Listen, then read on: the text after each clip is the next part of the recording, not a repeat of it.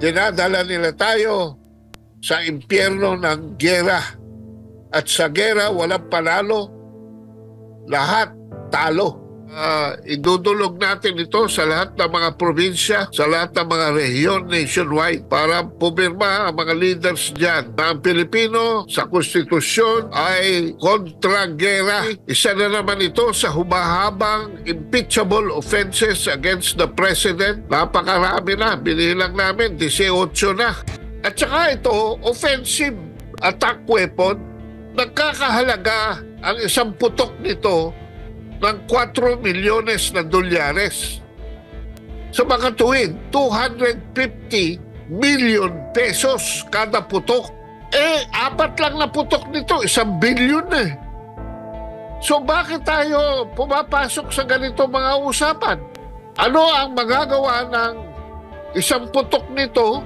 Ikumpara mo sa 250 million na pwedeng ikalat na ayuda sa ating mga mamamayan, sa mga senior citizens, sa mga people with disability, sa mga mahihirap. Bakit nandyan ang atensyon ng ating Pangulo? Bibigyan daw tayo ng bansang China ng 23 billion package of assistance. Wala pang isang buwan, bigla siyang bumalentong.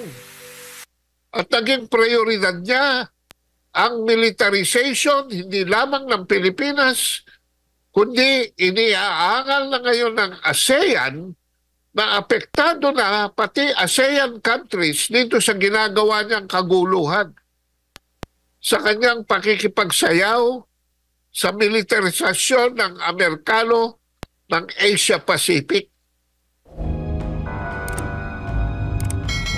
Sir, meron pong ilulunsad na koalisyon kontra gera. Ano po ito at bakit meron ganito mga paggalaw ang concerned Filipinos dito sa bansa? Ngayon ay nabuo na ito ay nationwide coalition ng mamamayan kontra gera. No to US BBM proxy war. Koalisyon ng mamamayan kontra gera. Yan, nilagay ko sa chat natin para kung gusto nyong i-flash sa screen ay maaari nating maibigay sa atensyon ng ating mga mamamayan. Ito po ay lumawak na lumawak dahil sa walang tigil ng mga utak pulbura sa ating lipunan kung saan wala namang nakikitang kaaway ang sambayanan. Ay para bang dito nakatutok ang atensyon ng ating Pangulo. Sa harap ng malawakang kahirapan, nadagdagan pa ng 2 hanggang 3 milyon ang mga kababayan natin na nasa poverty line, mataas ang inflation, mataas ang kuryente, at maraming nagkakaroon na ng involuntary hunger ay hindi pa rin pinapansin ng ating Pangulo at ng gobyernong ito. At tuloy-tuloy sila pakikipag-alyansa sa mga Amerikano sa hindi naman merong relasyon sa ating ekonomiya, sa ikauunlad ng kabuhayan at ikatitiwasay ng edukasyon, kalusugan at mapayapang pamumuhay sa ating lipunan. Ay para bang bangag na itong sitwasyon natin ngayon na naghihirap ang bansa pero ang inaasikaso, inuuna ng ating Pangulo at ng kanyang gobyerno ay pakikipag-away sa isang bansa na hindi naman tinatratong kaaway ng ating mga mamamayan. In fact, sa survey ng Pulse Asia, at ito kino-confirm ng SWS, 9% lamang ng ating mamamayan ang lang atensyon ay nasa proteksyon ng ating teritoryo laban sa mga banyaga. Subalit, umaabot hanggang 70% ang nagbibigay ng pahiwatig na ang dapat na prioridad ay nasa ating ekonomiya dahil tayo ay basang-basa lang ngayon at naliligo tayo sa isang parang unmitigated na inflation sa ating economy. Napakataas na po ng bilihin, Opo. napakataas ng bigas, napakataas ng kuryente, napakataas ng gasolina. Ang mababa lamang ay ang kabuhayan. Opo, Kaado, sa launching po ninyo ngayong linggo, nabasa po namin na April 24, sino-sino po ang mga notable personalities na kaisa po sa pagsusulong nito na no to US BBM proxy war? Aside po sa inyo, sino-sino pa po, sir, ang mga inaasahang dadalo? Ang inaasahan dadalo rito ay malawakang mga pinuno mula sa extreme right hanggang extreme left. No? Malawakan ito. Pero karamihan dito ay mga moderates. Nandiyan ang ating kagalang-galang na dating senador Nicky Cosseteng. Nandiyan ang nating senador na si Francisco Tatad. Dadalo rin dyan ang iba nga ay ang mga nakiramay na nga galing pa sa inyong hanay. May dalawa kaming nakausap, si Ka Eric Celis at si Madam Lorraine Madoy na nagpakita ng kanilang intensyon na hindi lamang sumali rito kundi sumama sa kapunuan. No? So marami tayong inaasahan na darating dito mula sa mga NGO at iba't iba pang mga sa United Citizens against United Citizens for Consumers and Commuters. Si RJ Abiliana darating dito. Pinuno ng isang political party darating dito, si Itos Valdez. Ako, napakahaba ng listahan na ito. Meron din mga sasama daw sa mga retired PMAers. Meron mga sasama sa mga nababahala na dahil sa sobrang racism at xenophobia ang ikinakalat ng mga bobong kongresista tungkol dyan sa chismis ng mga sleeper cells daw sa Cagayan na hindi natin maintindihan kung saan nanggagaling ang kanilang mga pananaw. Opo. Sir, para po sa kabatiran natin mga manunood, magrarally din po ba ang grupo? Paano po natin iahayag yung ating pagtutol dito po sa polisiya na ito ng Marcos Jr. administration? Well, tayo ay nasa forma pa lamang kung saan ipipresenta sa Miyerkules sa mga dadalong mga lideres ang manifesto para pagkaisahan ito at maging social contract among civil society leaders, no? At darating tayo dyan, maaaring tumawag tayo ng isang malawakang convention, nationwide convention later on. Maaaring tayo ay mag-hold ng mga protest rallies. Maraming mga aktibidades na nakaplano. Pero between today and the next milestone, ang uunahin muna ay isang sign-up campaign para makakamal tayo ng ang aming target dito.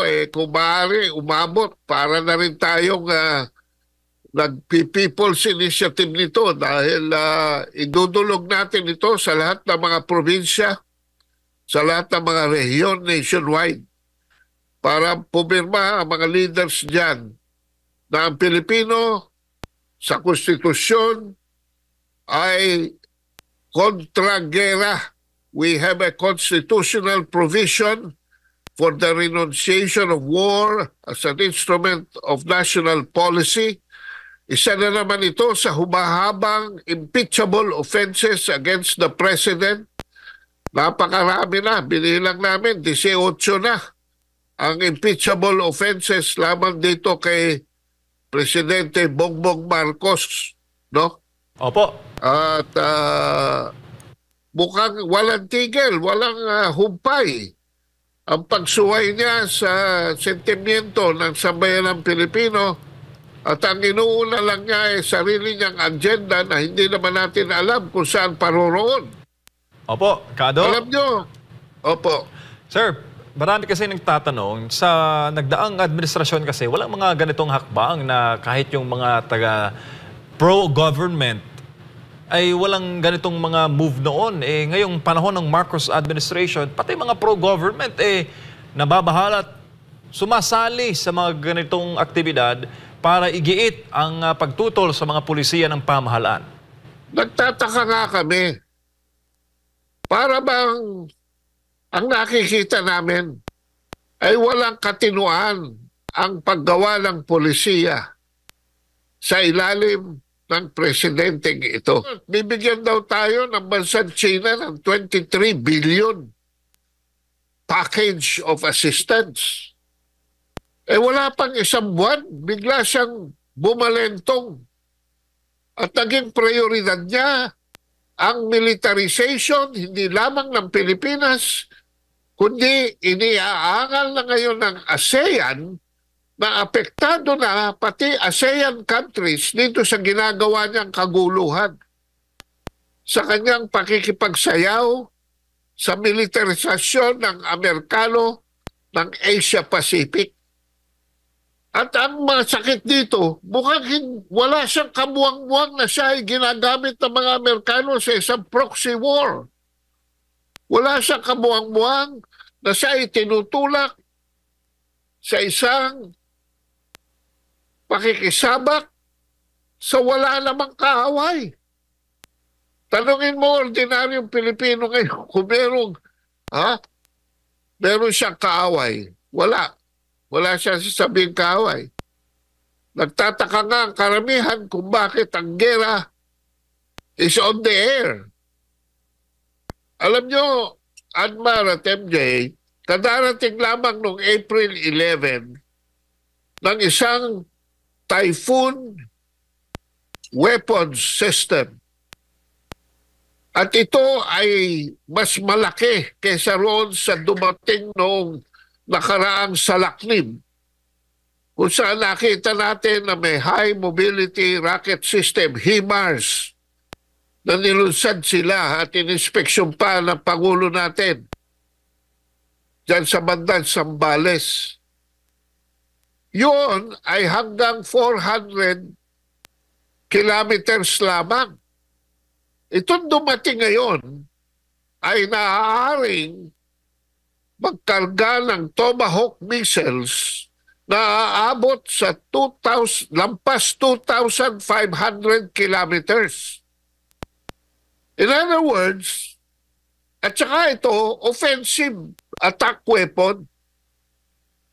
Nagkakahalaga ang isang putok nito ng 4 milyones na dolyares.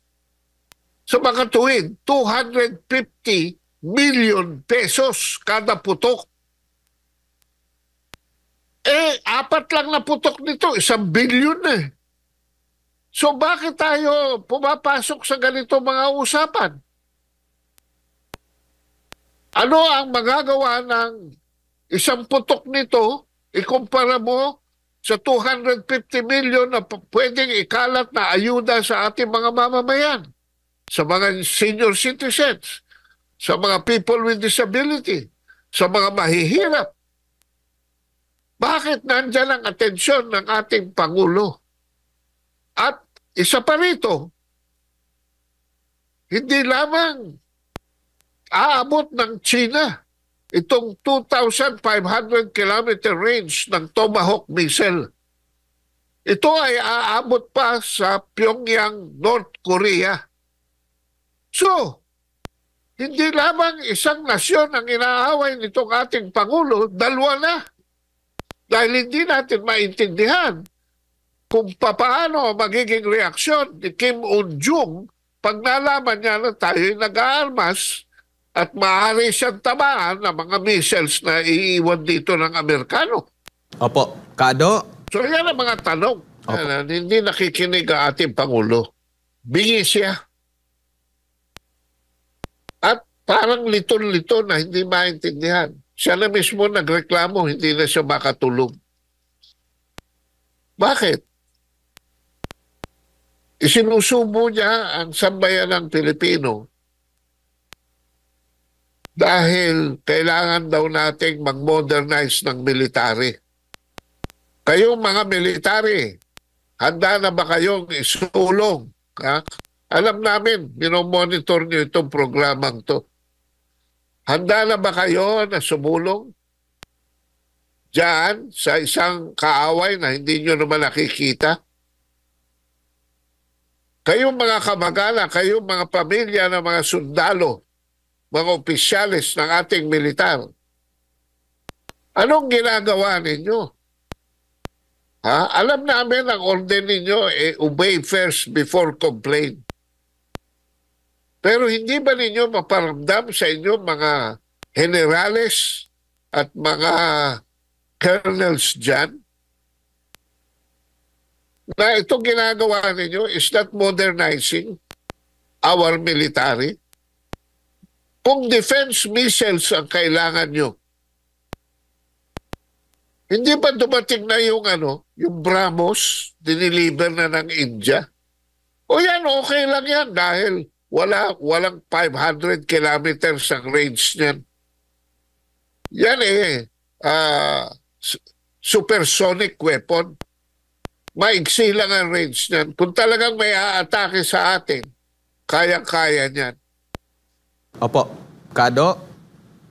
Ngayon pong araw na ito, mag-uumpisa na itong balikatan. Sinasabi nga nilang pinakamalaking balikatan exercises kung saan, ayon sa Armed Forces of the Philippines, nasa mahigit or aabot sa 16,700 na mga sundalo at iba pang mga uniform personnel ang lalahok dito, kung saan 11,000 ay mula sa Estados Unidos. Ang dami Habang 5,000 naman ay mula sa AFP, 6 na barko mula sa sa Coast Guard, kabilang na ang 44-meter multi-role response boats at 2 malalaking patrol vessel. Maliban dito, sasali rin sa naturang pagsasanay ang nasa 150 sundalo mula naman sa Australian Defense Force.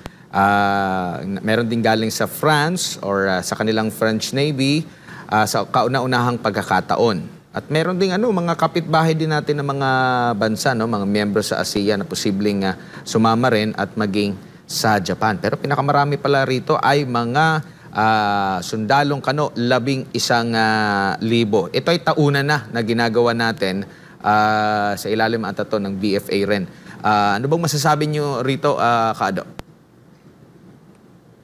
Yan ay isang napakalaking kabalintunahan. Isang napakalaking kalukuhan. Dahil, sino ba tinatarget nila? Are they expecting an invasion sa ating mga beaches? Are they expecting an attack coming from the sea? Wala namang dadaanan papuntang Pilipinas kundi ang karagatan. Pero sa susunod, kung meron mang encounter dahil they are poking the dragon, sinusundot-sundot nila yung dragon alam niyo yung dragon, pagka sinundot nyo na sinundot ang puwitan yan mabaho hininga niyan. Hindi lang mabaho hininga niyan. Apo yan lumalabas sa hininga niyan. Pabalik. Sa nakikita ko na kanilang estratehiya, wala namang napipintong paglusob ang anumang puwersa sa atin. Wala China? North Korea? Hindi mag-aaksaya ng isang buhay ng kanilang citizen yan para patahimikan lamang ang anumang threat coming from the Philippines. Ang Amerika ang lumalapit sa China through the Philippines as a proxy. Yung military exercises na yan, parang trade fair yan eh. Nagpapakita sila ng mga equipment at saka mga assets na maaari nating bilhin. Sila ay nangangalakal ng mga gamit ng gera at naglalaway naman itong ating military, no, dahil gusto nilang magkaroon ng mga ganyan. Ayan, pinapakita nyo kung ano-ano mga equipment na yan. Kaya ba natin bayaran yan? Alam nyo ba na ang Britanya, sa utang niya sa Amerika, nakabayad lamang nakapuno lamang ng bayad nila noong 2006? Can you imagine that? Ilang taon mula 2006, mula 1945? Yung mga equipment na yan ay hindi naman ibibigay sa atin ng Amerika. Yan eh, pauutang sa atin through Lend-Lease, yung mga tinatawag nilang foreign military credits. Yan ang trabaho ng defense attaché. Naging attaché ako, press attaché. Anong trabaho ng defense attaché natin sa Washington, D.C.? Para mag-spot na mga surplus na mga ganyan. Katatapos lamang ang isang crash na naman ng isang helicopter na galing sa Jesus Maria Joseph. So this is a military trade fair. Ang problema dito, MJ at Admar, may provisiones sa international law. At ito sangayon sa isang senior research person and expert, no, na si Melissa Loha. Ano ang sinasabi niya? The Philippines, more specifically, the EDCA bases, would become prime targets for retaliation or attacks because of mere existence of U.S. military assets, even if there is no substantial presence of foreign military forces on the ground here. Dahil sa international law, may tinatawag na preemptive strike na nag-i-exist yung threat na yan because the U.S. can preposition weapons in any location in the Philippines and magnet a counter-strike or instigate preemptive strike from any of the elements of the United States. Yung mga ignoramos sa ating security cluster. Ako'y nai-skandalo sa mga statement ni Gibo Teodoro, ni Ed Anyo, at kung sino-sino pa mga aso't pusa nila dyan na humaharap sa media. Because they always mention the Mutual Defense Treaty. The Mutual Defense Treaty becomes effective, enforceable only in case of an armed attack. Opo. But, dito sa nangyayari sa atin ngayon, I am not anticipated an armed attack. In other words, hindi na kailangan magkaroon pa ng sagupaan bago yan ay maging mitsa ng isang malawakang gera. Opo. Dahil sa ngayon, sa threat pa lamang na nilalagay ng Estados Unidos dito sa ating kalupaan, ay meron ng right under the principle, under the UN Charter, citing an exception to the Nuremberg trial, na hindi na kailangan ng isang bansa kung siya'y nate-threaten na maghintay ng isang armed attack. Kaya na niyang, kung kaya niya mag-preemptive attack. In other words, first attack. At ang objective niyan, minsanan lang, is to obliterate any possible retaliation. Hindi naman yan gagawin ng bansang China sa atin, na maglalanding ng mga tropa niyan sa Zambales, sa Cagayan. Naku, pinagtatawanan lang tayo. Ang sabi nga ng mga China, self-amusement yung ginagawa natin na yan. Opo. Opo. Ang gagawin dyan, ang kinatatakot ko dyan is preemptive attack because Russia and China have a more modern rocket missile system than the United States. Opo. Kaado. Opo. Opo. Sir, huling mensahe po natin sa ating mga kababayan, lalo pat meron tayong ilulunsad on the next day. Ano po ang inyong tugo, yung bilin po sa ating mga viewer? Well, mga kababayan, sa Abril 24 sa Miyerkules, maglulunsad na po kami ng isang koalisyon ng mamamayan kontra gera. No to US BBM proxy war. Una pong gagawin namin ay pirmahan muna para maliwanag kung anong pinaglalaban. Kasi mahirap pumasok sa isang usapin na hindi nakakaintindihan. So mga leaders po ay magmi-meeting sa Miyerkules. At mga kabansa, ikakalat namin ang manifesto na ito at kung sa inyong pananaw ay kontra-gera kayo at pro-peace kayo, kayo ay para sa kapayapaan, hindi sa kaguluhan. Pumirma po kayo dahil ikakalat namin ito sa sambayanan para malaman na ninyo kung ano talaga ang ginagawa ng ating gobyerno. Palapit tayo ng palapit sa kapahamakan, palayo tayo ng palayo sa katiwasayan. Yan ba ang gusto ninyo? Kung yan ang gusto ninyo, okay lang. Huwag kayong pumirma.